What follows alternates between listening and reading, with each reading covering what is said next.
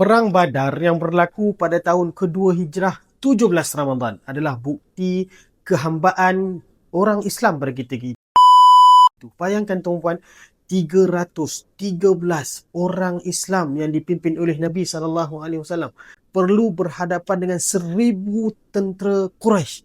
Dan benda ini tuan-puan boleh lihat yang dengan sangat-sangat jelas ketika tuan-puan ke Badar sewaktu di Madinah nanti. Jauhnya daripada Madinah ke Badar hampir 150 km saja. Dalam sejam setengah kita akan sampai di sana. Bagaimana satu ketika dulu mereka berjalan daripada Madinah pergi ke Badar dengan 70 ekor unta, 3 ekor kuda dan lebih kurang begitu sahaja. Tuan-puan bayangkan mereka dalam keadaan sangat-sangat tak lengkap. Tetapi Allah sebut dalam Al-Quran, وَلَقَدْ نَصَرَكُمُ اللَّهُ بِبَدْرٍ وَأَنْتُمْ أَذِلَّةٌ. Dan kami telah menangkan kamu sewaktu di Perang Badar dalam keadaan kamu lemah. Ini buktinya bahawasanya mana-mana perang tak boleh nak berjaya melainkan dengan pertolongan Allah Subhanahu Wa Taala.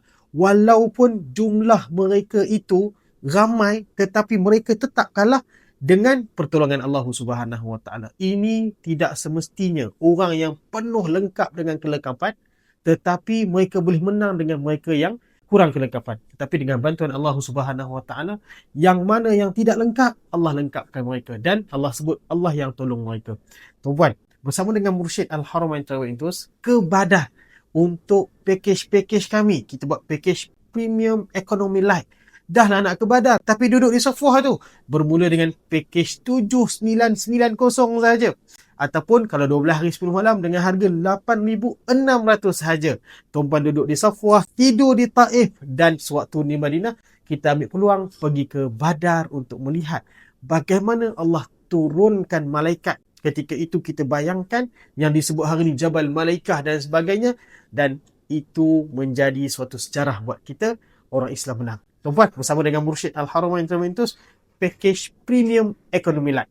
Assalamualaikum warahmatullahi wabarakatuh.